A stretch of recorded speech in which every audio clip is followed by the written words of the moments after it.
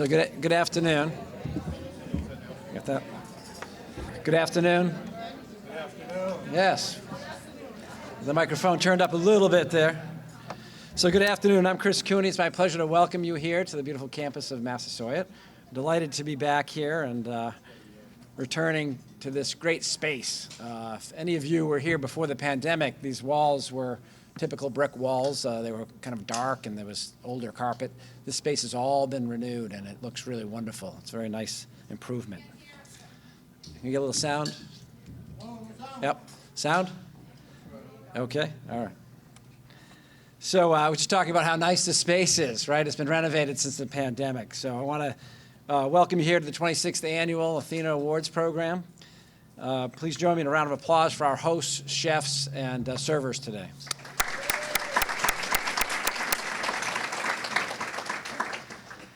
It's an honor to have you all here together in celebration and to recognize the exceptional achievements of an outstanding individual in our community. Today we honor a person who has demonstrated exemplary leadership, unwavering dedication, and a profound commitment to fostering excellence and positive change. The Athena Award symbolizes the strength, courage, and wisdom of the Greek goddess Athena, attributes that our honoree embodies in her professional and her personal life. This person has not only achieved greatness in her field of work, but has also inspired others through her mentorship, innovation, and community involvement. As we share this meal together, let us take a moment to reflect on the possibilities that arise when talent, vision, and hard work converge to make such a positive impact. We want to thank our premier sponsor of this event, Eastern Bank, for their long-standing support of this program. In addition, we thank our workforce partner, Jason Hunter, the Executive Director of Mass Hire at Greater Brockton, for his team's dedication to assisting employers and employees each and every day throughout this region. Let's have a round of applause for both of them.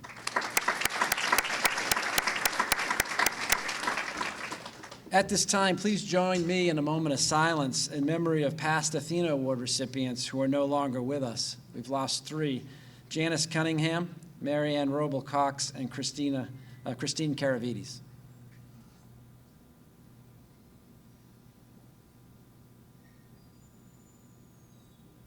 Thank you very much.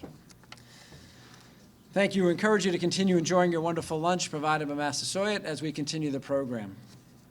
More than 40 years ago, the Athena Award program was developed in Lansing, Michigan to recognize outstanding people who create leadership opportunities for women. Today, the program is now celebrated in over 600 communities internationally, where it remains needed more than ever in many, many countries, including our own. According to recent data, women hold approximately 10% of CEO positions in Fortune 500 companies. This is up from just 2 women, less than 0.5% when we began the celebration in Brockton 26 years ago. It's risen in 2010 to 3%. In terms of women serving on boards of directors of these same Fortune 500 companies, about 25% of the seats are held by women. Again, this number is up from 15% in 2010, but nowhere near the percentages women are serving on global companies worldwide, or 40% in some countries where it's mandated by law that you have to have diversity on the board. Companies led by women or with a substantial number of women on their boards financially outperform companies with less gender diversity at the top. Firms with female directors have been shown to achieve a higher level of innovation in many regards. Despite the advancement of women in virtually all industries, there remains a relative few who advance to the highest levels of CEO leadership or even senior executive positions at most Fortune 500 companies. Today we are reminded just how important those who enable, encourage, and empower women really are at all levels of business and nonprofits in our region and throughout the country. We are fortunate to have many strong women in leadership roles within the Metro South region. Many of them are in this room today. I would now like to introduce one of those women, our MC for today, Sue Joss.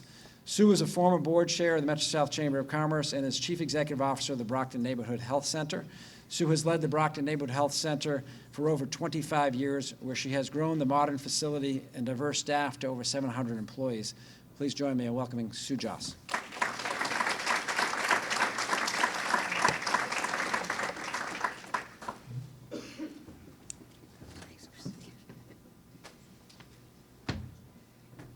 Thanks, Chris, and it's actually been 30 years, but who's counting, right? So thank you all for coming. This is always one of my favorite events of the year as we honor an amazing person for her support of women. So thank you, and very excited about the program today. Today's award is more than just a ceremony. It's a powerful testament to the progress we have made in increasing the number and influence of women in leadership roles. It's also a call to action, reminding us of the work that still lies ahead to ensure that all women have equal opportunity to share and lead in the business world.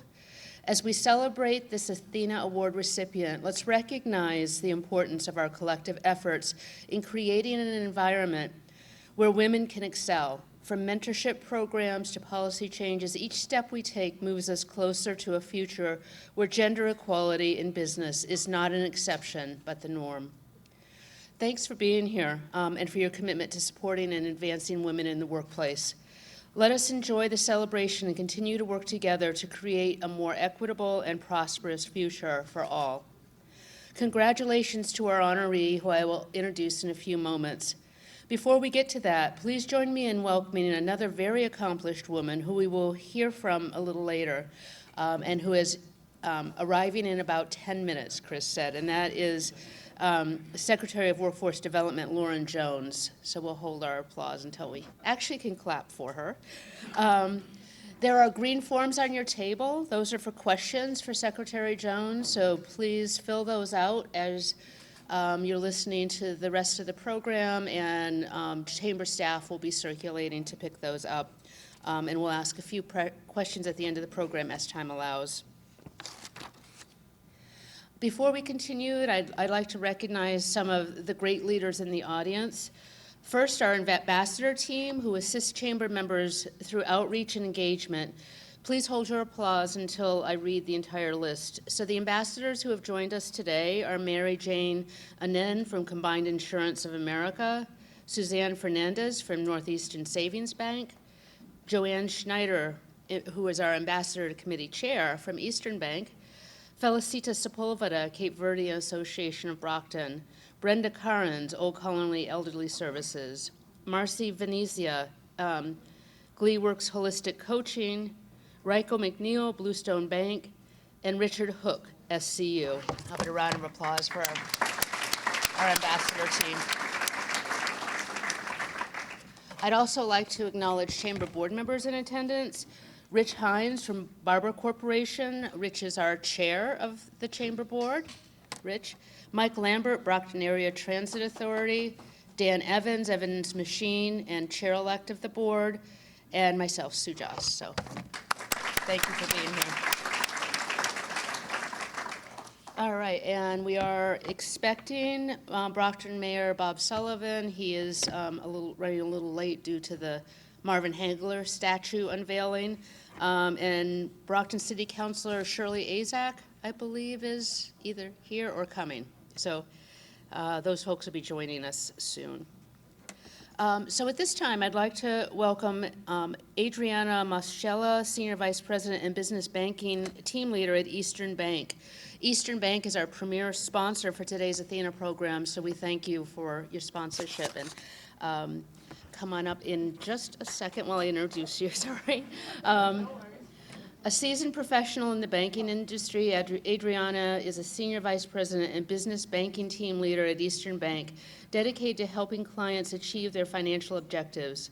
With a career spanning over 15 years, she has progressed from a part-time teller at Eastern Bank to a Senior Vice President, overseeing a team of business banking relationship managers who specialize in providing essential financial services such as access to working capital, business loans, commercial real estate financing, and tailored financial solutions to support clients' growth strategies. Beyond her professional endeavors, her dedication extends to creating a meaningful impact within the community. She has served as a board member for several organizations, such as the Boys and Girls Club of Lynn, Leading Through Empowering Opportunities, and Education Comes First. So please welcome to the stage, Adriana Maschella.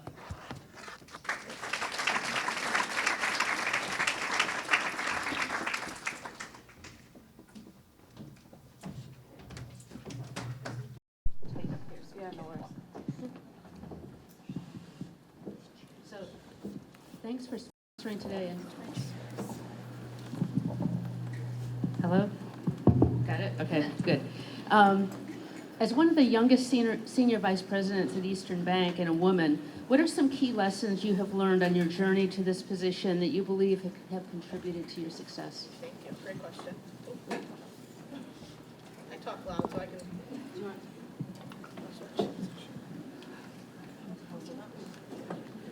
Thank you. So I think a couple key lessons. I've learned a lot, obviously, over my career journey. But a couple key lessons that I think that I've learned that contribute to my success is really embracing challenges and seeing any opportunity to learn is an opportunity to grow. So you're going to face challenges, but kind of facing those head on and really looking for the opportunity to grow and what skill set can you gain by overcoming those challenges really help you move forward. Another one I would say is you can lead really no matter what your title is. So you don't have to be in a leadership role to lead or have the ability to make an impact. So anybody in the room has the ability to make an impact and just coming to work every day with that mindset. Great, thanks.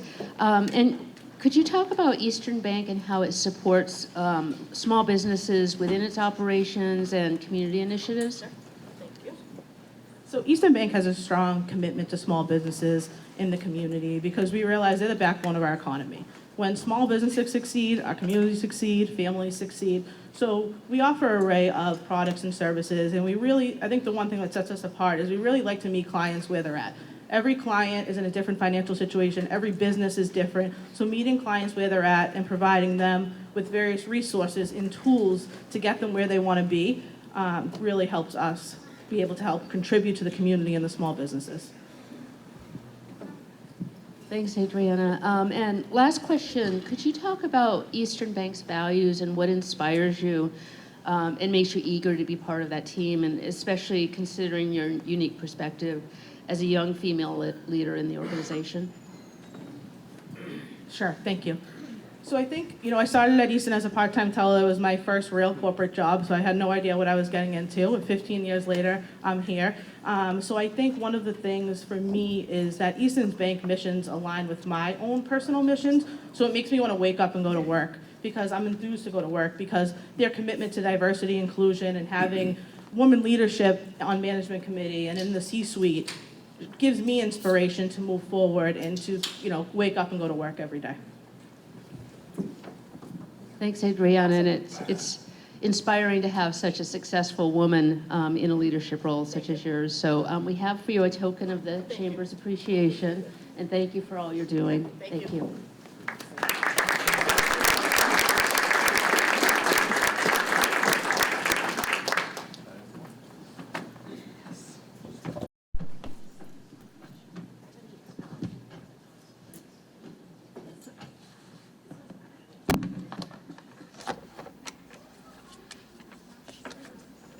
All right, thanks everyone. So the quote inscribed directly on the base of the Athena statue we are presenting today is as follows: "What is honored in a country will be cultivated there." This quote is by one of the world's best known and most widely read philosophers, Plato, and it so beautifully captures the reason that we are gathered here today.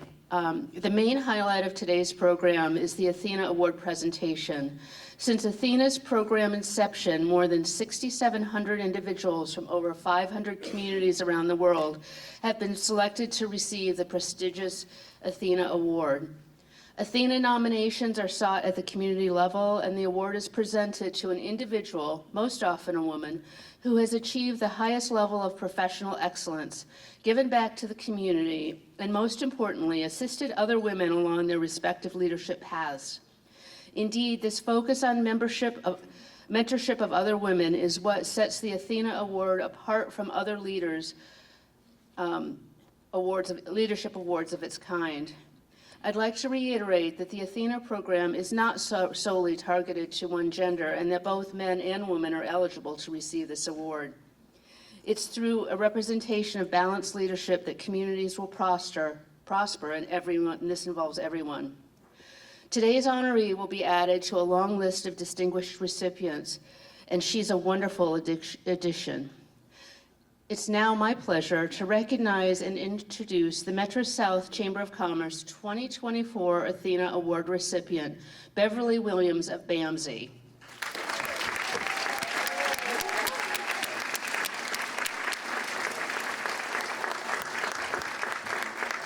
Beverly joined BAMSI.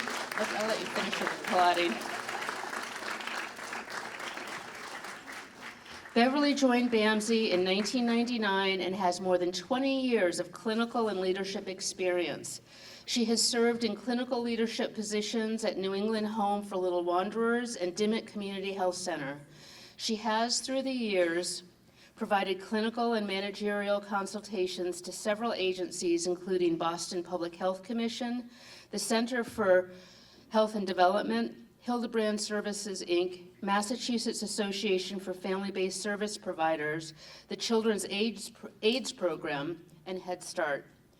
Ms. Williams is a member of the American Association of Marriage and Family Therapists and the Massachusetts Association of Marriage and Family Therapists.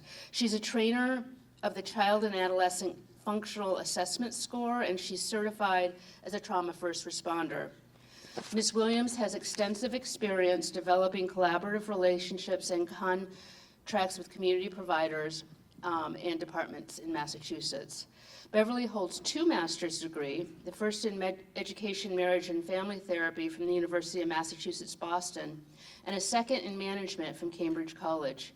She also received bachelor's degrees in English and Psychology from the University of Massachusetts, Boston. Please join me in welcoming to the stage Beverly Williams.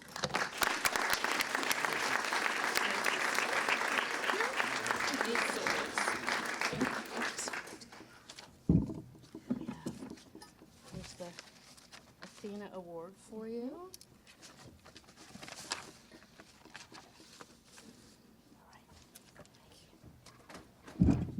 Good afternoon, everyone. I first want to thank Sue, the Metro South Chamber of Commerce, the Eastern Bank, for this very symbolic recognition. I thank you. I thank also what I call my professional father and mother. That's Anthony Simonelli and Vanessa Tierney. And I thank them, one, for Vanessa, who nominated me for this award. Thank you, Vanessa. But also the 2 of them for nurturing me professionally and for making space for that Athena spirit within me. I thank the BAMSI CEO, Peter Evers, and my BAMSI family for your support and your encouragement, particularly through times of obstacles. One of Athena's admirable attributes was her passion in helping others to succeed. She earned the title, therefore, a powerful defender. I urge all of us gathered here to embrace the Athena spirit, male or female, and go out and inform others, educate, build up, strengthen. And as Athena once said, I quote, "The world is not all lies and deceit as you make it out to be. Sometimes a lending of assistance is no more than it appears to be." Athena, however, was wise enough to know that this task would not be accomplished without obstacles. She therefore lived by the motto, and I'm going to give the English version of it because I can't speak a language, great. She says, "When the obstacles become the way." Athena view obstacles as a route or a pathway to change, growth, opportunities.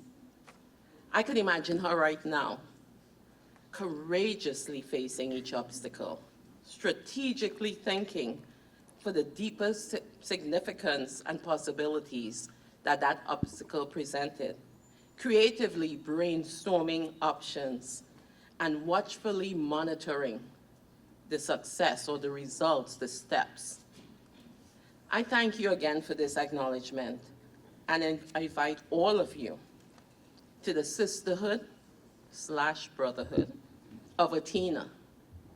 Continue to pursue excellence in service, engage in community service, and assist others and keep pursuing professional growth.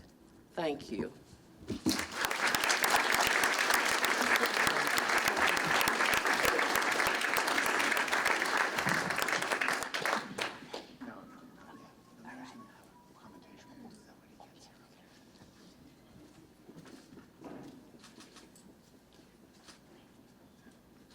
So well deserved, Beverly, and congratulations.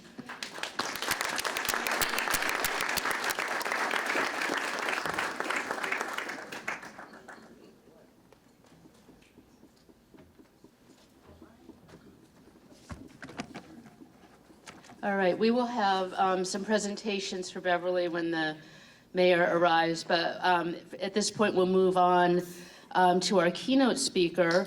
And to introduce our keynote speaker, it's now my pleasure to introduce Lydia Dodson, Massachusetts Community College Executive Director of Entrepreneurship and Women's Leadership Initiative, to introduce our featured speaker. Lydia?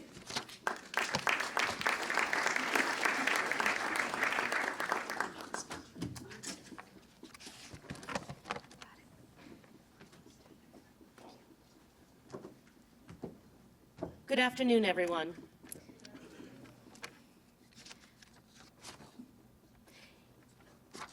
It is now my pleasure to welcome our speaker for this afternoon, Secretary Lauren Jones, who brings nearly 2 decades of experience in working in local and state government, nonprofits, and the private sector, with particular focus on workforce development. Prior to joining the Healy Driscoll administration, Jones served as the Executive Vice President of Massachusetts Business Roundtable and led the organization's workforce development policy and strategy. She previously led Massachusetts market for the nonprofit Apprenti, where she worked with companies to cultivate and diversify tech talent through registered apprenticeships.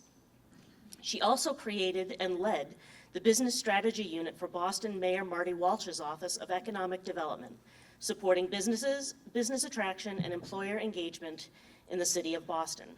Prior to that, she held several roles in the Patrick Murray administration, including Communications Director of the Executive Office of Labor and Workforce Development, Policy and Communications Director for former Lieutenant Governor Tim Murray, and Senior Program Manager of the Economic Development Incentive Program in the Office of Business Development. As the Executive Vice President of the Roundtable, Jones was the co-chair of the Workforce Solutions Group and served on the board for Massachusetts Workforce Association, the Executive Committee for the Alliance of Vocational Technical Education, the Board of Advisors for the Massachusetts Business Alliance for Education, the Boston Private Industry Council, and previously served for the Future of Work Commission. She holds a master's degree in public administration from Northeastern University and a bachelor's degree from political science from Providence College. Please join me in welcoming Secretary Lauren Jones.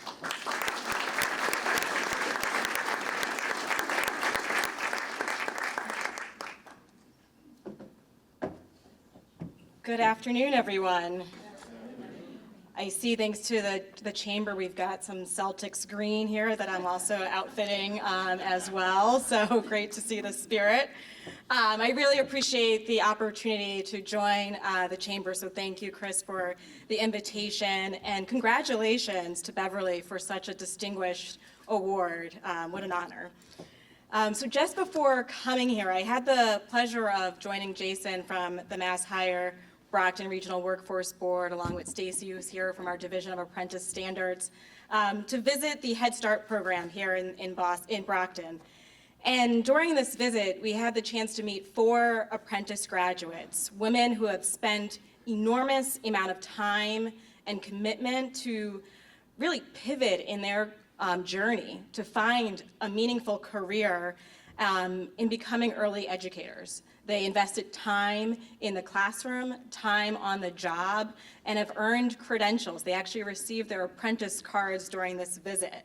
And it's a huge opportunity, but also a need that we have in Massachusetts to fill the pipeline of early educators so that more opportunities can open up for our youngest learners and create the economic mobility and stories that we know we need to tell and have as reality right here in Massachusetts. But I share this just in case Massasoit's ears were ringing. Massasoit Community College was a partner on this initiative, and there was a lot of credit given for the partnership in serving as a training provider for this early education and care apprenticeship program, but also for ESOL, and I'm sure so many other ways that you have helped to open up more doors and opportunities. So it's wonderful to now actually be here at Massasoit Community College to really recognize what we're really trying to do. It moves workforce development from a concept to the actual reality that we need to deliver, and the partnership is a key element to making all of that happen. I'll just reflect a little bit, since we're now a year and a half into the Healy-Driscoll administration. When I think back to day one, coming into this role as Secretary of Labor and Workforce Development, it was a no-brainer. I did not have to convince Lieutenant Governor Driscoll or Governor Healy on the need for us to invest in workforce development. They had heard it loud and clear prior to coming into this administration. I heard it loud and clear when I was at the Massachusetts Business Roundtable, how important it is to invest in not only talent attraction, but retention and development. And as we think about how we can drive economic competitiveness in this region and in regions across the state, we certainly can do so through a number of strategies, talk housing, transportation, so many other areas. But when I think about my role and the role that I look to with so many workforce partners, obviously I have to think about talent. And at the end of the day, at the heart of our talent agenda is our people. We have to think about it in a humanized way. The people that are in this room today, you guys are all probably representing your companies and your organizations. It's the people that are studying in these halls at Massasoit Community College and academic institutions like this around the Commonwealth, students studying in our early ed programs, through our K through 12 system, as well as those who have been discouraged or disconnected, but have given up or may have been on the sidelines for far too long. We have to be very intentional in lifting up these people so that they can become part of our workforce, your workforce, and certainly helping to drive that economic competitive that we need in order to be number one in so many things that we are today, but where we can be number one in the future as well. So how are we attracting, retaining, and developing this talent, our people, here in this region and across the state? I'll talk about a few tools in our toolbox. I often think of our toolbox as the range of state programs and grants and partnerships that help to build the skilled talent that businesses need. These tools are offer an opportunity to team up with higher education, with training providers, with industry and workforce partners like MassHire, to ensure emerging talent gains the skills and credentials to be successful in a career. But our toolbox, when I talk about our toolbox, it needs to be your toolbox. For example, the Workforce Competitiveness Trust Fund, very jargon-heavy sounding name. It's a huge tool, though, to unlock opportunities. In fact, I know that MassHire Greater Brockton Regional Workforce Board used this tool and has received grant funding to help train commercial drivers, one of the most in-demand jobs that are needed in every single part of the state. And that's helping to support more than 100 drivers participate in training and gain meaningful employment upon completion of training. And that's happening right here. This type of program is also used for so many other industries, from healthcare to financial services to technology to advanced manufacturing, especially high demand, in-demand roles, and bringing in unemployed and underemployed individuals into the pipeline for job training with employment as part of the equation. As another example, we have the Workforce Training Fund, another jargon-heavy sounding name. We maybe need to rebrand some of these titles, but we know that we want to make sure you're aware of these tools because they're opportunities for you to leverage. And the Workforce Training Fund is in fact one that employers often pay into. It's part of a formula that we have through our UI Trust Fund, and it's an opportunity where you're really investing in your own talent. So the Workforce Training Fund helps companies who pay into this fund tap into the fund to upskill your existing talent or new hires that you have, to help turn into greater productivity and retention of your talent that you need. We see this as a tool for ESOL training, professional development, gaining certifications in safety, efficiency, and other workplace needs that your company needs to have, but you can also use this as a way to help leverage some of the funding to make it easier for you to make these kinds of investments. Remtech in Canton and Norwood is an example of a company that's used this tool to train over 50 of their employees to streamline operations and manage workload efficiency. But we want more businesses to tap into the tools in this toolbox, not only to attract and retain your talent, but also think about new ways to reimagine how you can develop talent that's often overlooked or maybe just untapped with so much great potential to fill the jobs that we know are so in demand in this region. We also have a network of 29 mass hire career centers, including right here in Brockton, connected with our mass hire regional workforce boards and serving as a direct front door for job seekers and employers to team up with these organizations to fill the skills gap, to provide a pathway for meaningful employment, and to really ensure that we have industry at the table so that the skills that we're training for are meeting the needs that you see today as well as what you anticipate for the future. One more tool in the toolbox is registered apprenticeship. I described 4 women at the start of my remarks who have gone through a program in partnership with Massasoit Community College and Head Start. That's a registered apprenticeship program. It's the type of model that you're probably more familiar with in construction and the building trades. Think your electricians, carpenters, pipe fitters, plumbers. That has been a century-long proven model where you combined the technical training with on-the-job training, providing the credentials and the competencies to grow in a career. And now we're seeing this as a reality for unlocking more opportunities in emerging and now emerged industries that are so relevant, where you can use the registered apprenticeship model to pave the way, including in early childhood education, healthcare, life sciences. Think jobs like lab technicians, medical assistants, financial services, using it as credit analyst. And so that is why Governor Healy, Lieutenant Governor Driscoll, our administration has invested $5 million to expand apprenticeship, which is paving the way currently in this fiscal year for 1,000 new apprentices who have been hired or will be hired by the end of this fiscal year in partnership with intermediaries like Mass Hire, in partnership with training providers like Massasoit, and really in partnership with employers who are ultimately hiring these individuals, not only through their training experiences, but beyond their apprenticeship. We know this is a huge recipe for success, and we hope to see continued investments in the fiscal year 25 budget that's currently underway. And we've got great examples of how registered apprenticeship is being used right here in the city.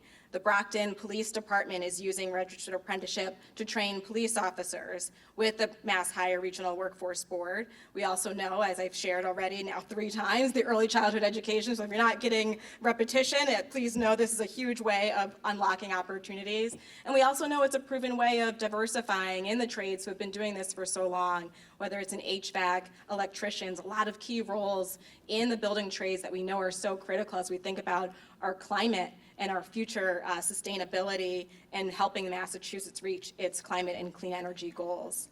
So while we have all these tools in the toolbox, we know we also need to innovate to make sure that employers can access these resources and leverage it now and in the future. And so we also have to realize how we can turn the toolbox into a true playbook for you to be able to hire, especially as we navigate the current tight labor market. One other strategy that I'd like to drive home is thinking differently about how you look for talent. And something that is right in front of many of you is the number of new arrivals who have come to Massachusetts.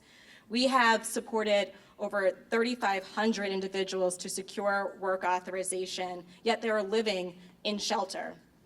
I am very proud to be part of the Healy Driscoll administration team who is working across secretariats and certainly with so many community partners to ensure that our newly arrived migrants and refugee families are gaining the assistance that they need, in addition to work authorization, legal support, front door services from healthcare and human services, to housing sustainability pathways with our Executive Office of Housing and Livable Communities. For labor and workforce development, we added a work readiness assessment at the front door, teaming up with MassHire, making sure that we were reaching individuals in shelter to know what their skills are from their home country, what the skills are that they can apply right here as they look to unlock opportunities. So if you're not already connected with Jason or Ken Brown from my team, please make sure that you are connected if you're looking for ways to hire new talent. We want to make sure that we're talking directly with employers to understand your needs, and then team up with MassHire to make sure that we're connecting, doing that matchmaking in real time. And we also have team members of LWD and across the MassHire system who are translators, who can be a resource. Sarah Joseph on my team is a trained social worker who speaks Haitian Creole, and she is in shelters matching with resources and opportunities that we know MassHire is opening up as well. So we know this can work. And we have examples across the state with Salem Hospital, for example, now at its first time in, I think, a decade in which they are fully staffed within their sanitation department. In Western Mass, UMass Amherst has hired 25 individuals in their culinary services department. And if you don't know, UMass Amherst has a really high credibility for their culinary department. So great to have more skilled workers supporting that. Just last week, I was with Thrive, a human service nonprofit in Marlboro, and they hired 38 work authorized individuals and are now also fully staffed. There's a pattern here. We're helping to fill the needs and also making sure when you look at organizations like Thrive, because they're fully staffed, or Salem Hospital, because they're fully staffed in certain departments, they're now able to better serve patients and the people that they are looking to better serve. And we know this can happen in manufacturing. We know this can happen in so many other industries. We recognize that language can be a barrier, but we also recognize solutions to ensure ESOL for work is part of the equation to open up more opportunities. And so I'm proud over the last 5 months through this incredible and very intentional partnership, we have helped to secure, like I said, 3,500 work authorizations, and we've helped to place nearly 1,100 individuals in jobs, and over 1,000 individuals are now enrolled in language classes. So if you haven't gotten the sense, I'm going to lead with a pitch here. If you are a business and you are looking to bring in more talent and you want to know how you can do just that with this great population of individuals we have, please reach out. We've got mass.gov/WorkReadyMA as an immediate tool for you to connect directly with our team. Jason is right here in the corner, wave your hand, who can also be a resource in the networking that may follow. And we want to make sure that we're helping to, again, close the gap where you have needs and we have people. So what's on the horizon as we continue this year? Earlier this spring, the administration released its first workforce agenda. And in this agenda, we're really trying to map out how we can play a role in partnership with you to fill the needs that we have, not only now, but over the next 5 years. And in this agenda, we have a few strategies. One, focusing on talent attraction and retention to actually get people into training and to a job. So think infrastructure, childcare, transportation, housing stability, things that will make someone successful in attracting to a new role or retaining in a job. Second, developing talent. I've talked about that a lot today, and being very targeted in the populations that are often underserved or overlooked. Third, we as an employer ourselves, the Commonwealth, we have 40,000 plus employees. How can we think about how we can lead by example, look inward at our own policies to make sure that we're attracting, retaining, and also developing the talent that we need? And then lastly, thinking about our workforce system, things that are kind of behind the scenes that you may not know about, but is so important to ensure that we're innovating and making sure our workforce system is not just a system, but a tool, again, for you to be able to leverage and make it easier, especially knowing how much showing up for work, delivering for work, and what work continues to look like and continues to evolve and iterate. So the good news is this agenda is very much not another report sitting on the shelf somewhere. We are using this each and every day as our playbook within state government, but also in partnership with our workforce partners. And I'll highlight just a few. Working with Secretary Tutwiler of Education and Secretary Howe of Economic Development, the three of us are co-chairing an interagency task force to help ensure that we are paving the way to have more accessibility, more affordability, and more workers in our childcare pipeline so that we are investing in our youngest learners, but also ensuring we have more opportunities to enroll individuals so that they can start at the youngest age into the investing in education that means so much more from a workforce perspective in the future. Just a few weeks ago, we announced the Massachusetts Caregiver Coalition. If you think about caregiving, I've talked about it a couple of times. It's really important to make sure that we have those kind of work supports to get people to a job. But then you also realize when you have workers within your organizations, while they may be in this role or that role within your organization, outside of their traditional 9 to 5 or 7 to 7 shift, they may also be caregivers in their home. And we want to make sure that we are amplifying resources so that employers know how to best deliver on the benefits that you may have access to either through your own organizations or the state, and you're able to be kind of an extension of ensuring that your caregivers within your workplace are thriving and being just as productive as they can be, knowing that they may be also caring for loved ones at home. We're also recognizing kind of that lead by example notion and looking inward and how we can lead by example in how we hire. And earlier this year, Governor Healy signed an executive order to look at our looking at our skills-based hiring efforts and recognizing that there's an opportunity to think first about someone's skills, knowledge, and ability. And so we now have an executive order in place to make sure that we are instituting skills-based hiring in all that we are doing.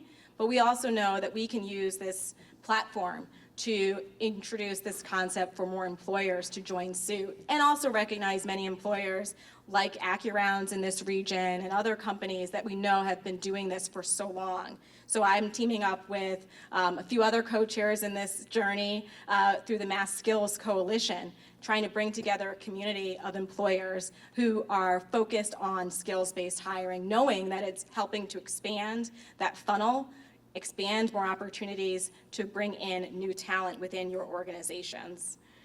And so I know that there's been a lot packed in. I'm hoping that you are walking away with understanding some tools that are part of your toolbox, some resources that you can tap into, teaming up with our office, with the Chamber, with Mass Hire, and so many other partners in this region. And I hope that we can make sure that we are doing this all collaboratively, because we know that if we work together, we are stronger and better, is what I actually heard in my previous visit at Head Start. We're stronger and better if we're working together. And I think this is a great opportunity for us to continue to build on so much great work that's already been done and more that can be done to unlock opportunities in this region. So thank you very much for the opportunity to be here. And I think I'll take a few questions as well.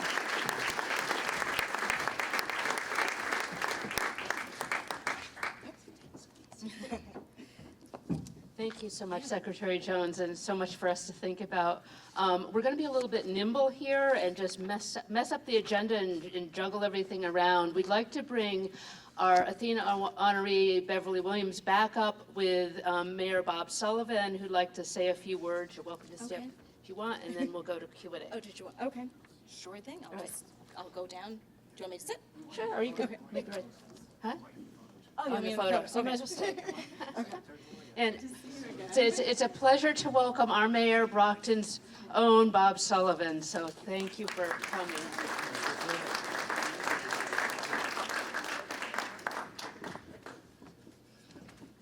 Well, first of all, my mother would be mad at me because I was tardy to the party, so I apologize for being late, but we just actually welcomed 400 people to the city of Brockton. We unveiled the marvelous Marvin Hagler statue downtown Brockton. So I am here now to, thank you, yes. I am here now, first of all, to congratulate Ms. Beverly Williams for what is really something that we all collectively should be proud of. I mean, she's the Athena recipient for 2024, but what she does each and every day to help not just Brockton, but beyond, working for BAMSI. At 2:30 today, I'll actually be on a BAMSI podcast with Peter Evers. This is my third time doing it. I was sitting in the back listening to Secretary Jones. Please take her up on the offer.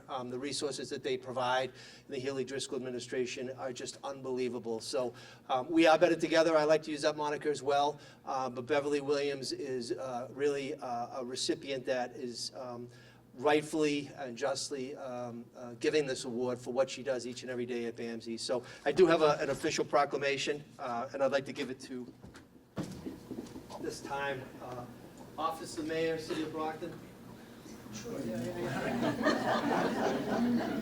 Is this good? Official citation, be it known that the Mayor of Brockton hereby extends his congratulations to Ms. Beverly Williams in recognition of being honored as the recipient of the 2024 ATHENA Award by the Metro South Chamber of Commerce. Therefore, it gives me great pleasure to present this citation to you as a symbol of my appreciation, but really it's our collective appreciation. And I proudly sign it today, the 13th day of June in the year 2024. Robert F. Sullivan, Mayor of the City of Brockton. Ms. Williams.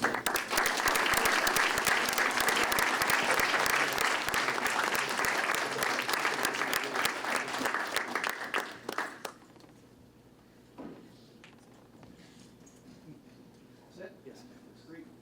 Okay, we're looking right this way. That's good. Thank you.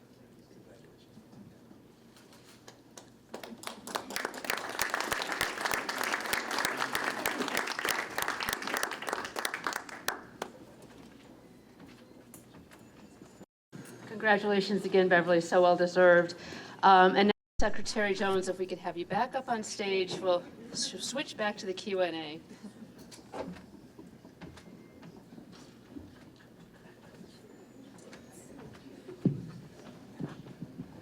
Well, thanks for being here, and amazing progress being made in the workforce area. Could you talk a little bit about, of all the workforce programs you've got and the apprenticeships and putting people to work, how does equity fit in, and are you consciously looking to address inequities as you move people into these programs? That's a great question, and I really appreciate. Can everyone hear me through the mic? Equity needs to be woven into all the things that we're doing from a workforce perspective, but I think it also is something that Governor Healy has called attention to make sure that we are driving equity in all aspects of government. And so we had a call to action from the governor very early on coming into the administration to make sure that we were doing just that.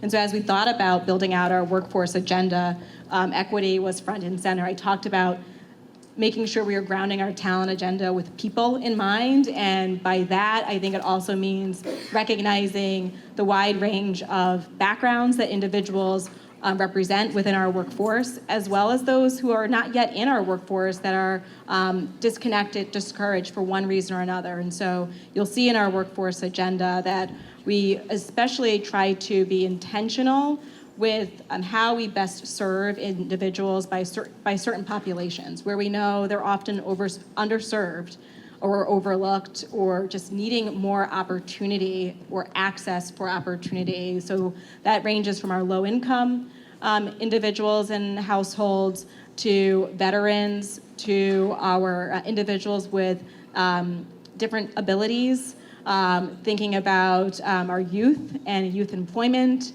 and so many more populations that can make our workforce whole, and making sure that we're also in labor and workforce development, teaming up with other partners in government as well as in the community to ensure that we're opening more doors and opportunities. So that is why I often engage with peers in the governor's cabinet, whether it's Secretary Walsh of Health and Human Services, knowing the populations that HHS serves, from DTA to the Massachusetts Rehabilitation Commission, and also teaming up with education, recognizing the disparities that may exist within our schools and how we can close those gaps by ensuring greater partnerships and opportunities like early college and more exposures in STEM to make sure that those skills and gaps are closed at an early age.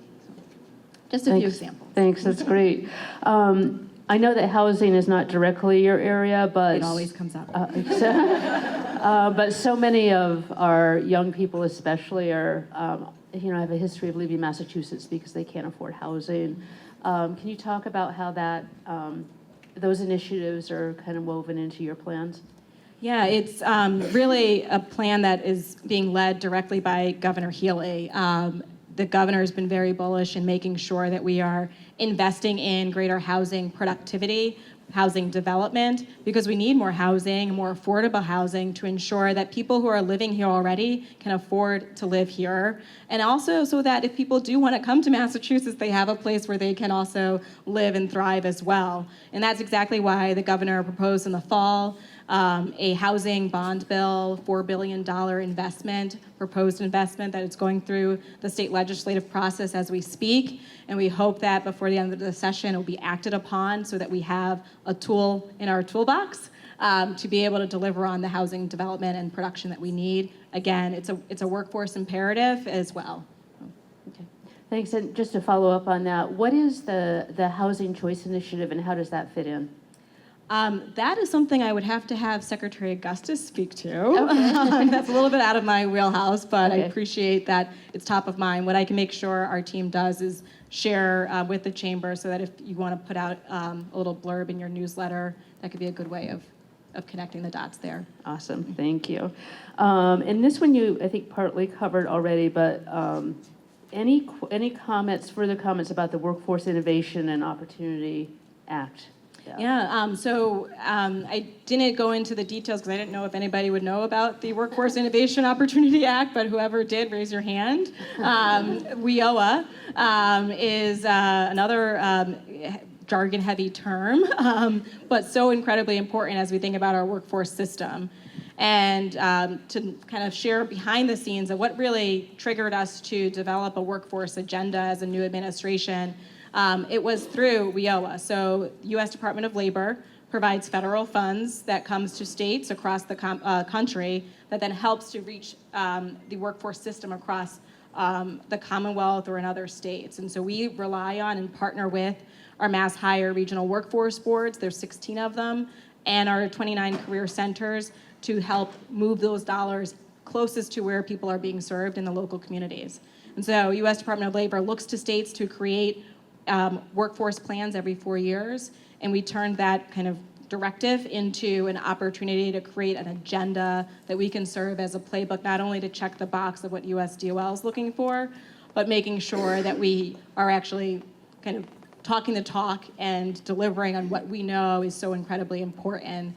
And so we team up with WIOA partners in all of this. So if you want to know more of that behind the scenes, that includes a lot of the agencies that I've already highlighted. It's through our Workforce Skills Cabinet, making sure that we're better leveraging state funds, braiding that with federal funds that we receive so that we are really creating more impact for the people that we all are trying to serve.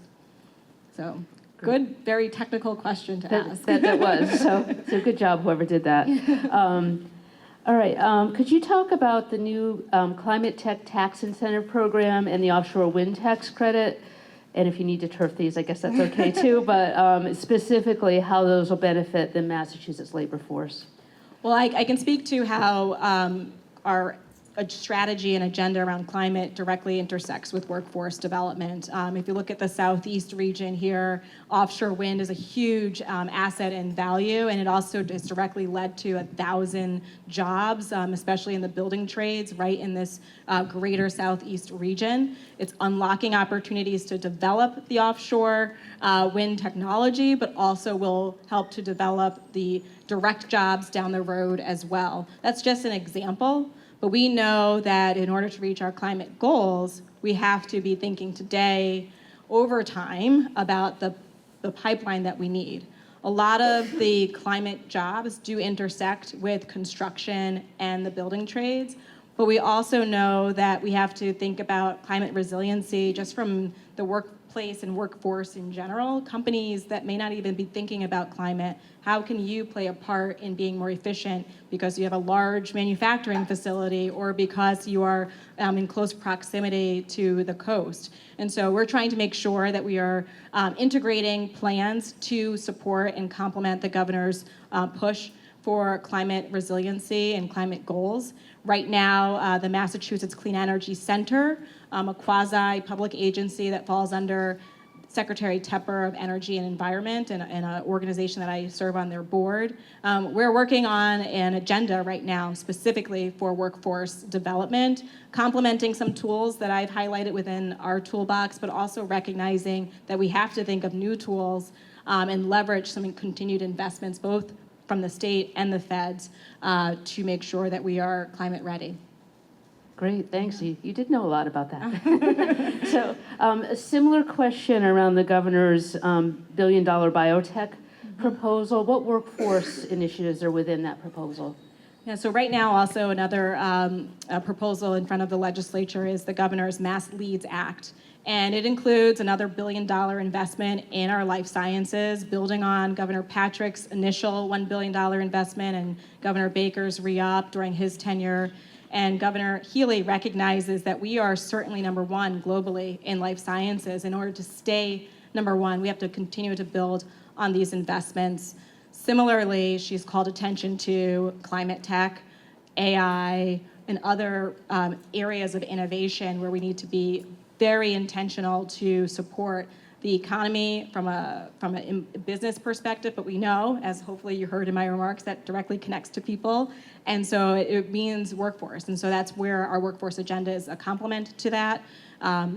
Last year, Secretary Howe led a basically year-long process of creating an economic development plan, calling attention to the talent that many of these industries need, and making sure that there is this complement between economic development, workforce development, and education to reach the goals that we know are so relevant in life sciences, clean energy, robotics, advanced manufacturing, and so many more areas. The really cool thing also is that not only are we on the global map when it comes to life sciences, we're also recognized by the Biden administration with investments like in ARPA-H for healthcare and opportunities to really be the leader in solving life-saving solutions thanks to so many amazing institutions right here. We need a workforce to make sure that we are doing just that. And so that's exactly why we're always working across secretariats to build a plan, thinking about investments like through the Workforce Competitiveness Trust Fund, where we earlier this year announced $16 million in 9 different regions to make sure that we are supporting healthcare and behavioral health roles. And that's going to unlock 1,800 jobs right there. And that's just one example of how we're turning the tools that are in our toolbox to opportunities, and also how it links directly to investments that the governor is putting forward. Okay, thanks. You just answered that question. Okay. So you're on a roll. Last question, and I don't know what this means, so maybe you do. How does your office plan to address the cliff effect? Oh, I do know another And reform very benefits, technical question. disincentives. I appreciate who wrote that question in. Someone's shy. Well, this was also called into mind when we developed our workforce agenda. So for those who may not know, the cliff effect. When you think about resources that individuals, especially low-income individuals, receive through SNAP, TANF, and other state and federal resources, sometimes individuals may be discouraged to jump into the labor market, to jump into a job training program, to jump into investing in themselves in a career, because they will lose those benefits. And so we are working, I was actually just talking with my team yesterday, we're working as a cross-secretariat effort, especially with Secretary Walsh's office, our executive office of technology on data sharing across state agencies, to think about ways that we can look within our own policies. We're also talking with the U.S. Department of Labor and U.S. Health and Human Services to make sure that we are recognizing ways that we can and should be ensuring that benefits can continue as individuals jump into many of the job training programs that I've highlighted today. So it takes a little bit of a pilot or a pilot or two to get us started, and that's exactly the kind of planning that's underway. We're also looking to Springfield Works out in Western Mass, who is underway with a pilot thanks to legislation from the last session. And they're doing this pilot, and we're kind of learning and sharing some best practices along the way. But we're in the early stages. We're going to get to some milestones with the hope that next year we'll have some opportunities to highlight further in this pilot stage, knowing that it will have a lot more wins down the road as we again talk about the people in ways that we can unlock more opportunities for our workforce. Great. Well, thank you so much. As a healthcare employer, I'm inspired to hear that there is hope in the horizon for all of the workforce shortages that we're all facing. So thank you so much for all you're doing. I would give you the chamber pen as our token of our appreciation, but I think you're probably sitting on it. I wasn't sitting on it, but it wasn't behind the scenes, so thank you. So you already have it. So thank you so much. I appreciate that. This was Thank you amazing. so much. Thank you.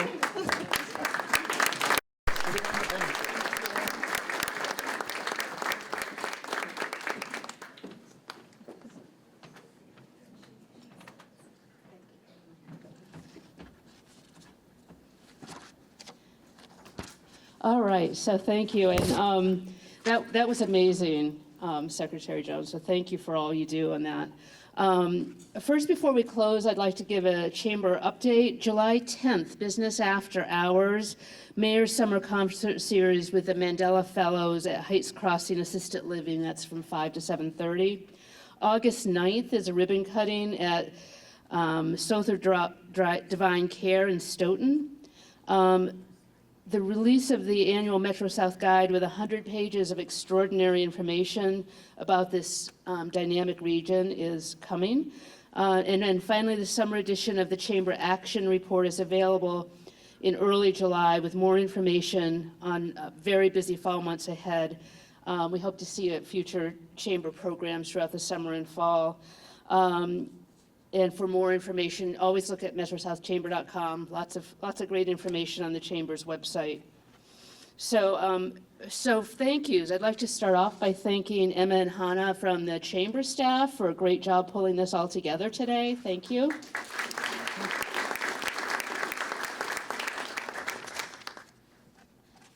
So thank you to Secretary Lauren Jones, our amazing guest speaker, to the To the Enterprise newspaper, Ben Ross Photography, Brockton Community Access, the Metro South Chamber Ambassador Team, I mentioned Chamber staff, our premier sponsor, Eastern Bank, our supporting sponsor, Mass Hire, our host sponsor, Massasoit Community College. So let's have a round of applause for all of those supporters.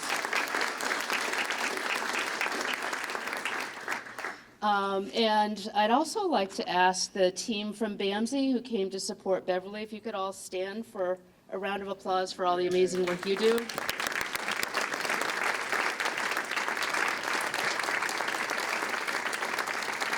Thank you. And then how about another big round of applause for Beverly Williams, our 2024 ATHENA Award recipient.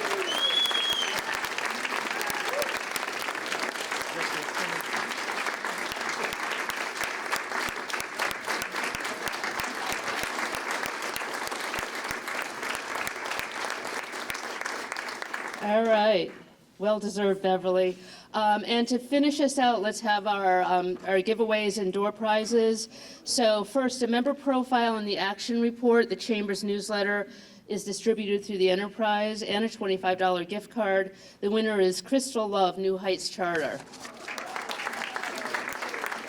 And please see Chamber staff on your way out for that. And then second, from our premier sponsor, Eastern Bank, a complete set of golf balls. And the winner here is Denise Lane, Raising Multicultural Kids. Congratulations. And then finally, I'd like to draw your attention to today's table giveaway. At each of your seats is an Eastern Bank bag holding 2 tickets to a New England Knockouts game. And then you'll notice at the center of each table is a bottle of wine. The person with a Metro South sticker on the bottom of their Eastern Bank bags is the winner of the bottle of wine. All right. A little something for everybody. All right. So finally, I'll just want to conclude by saying Happy Father's Day to all of you who are fathers or have fathers. So everyone have a great weekend. Thank you all.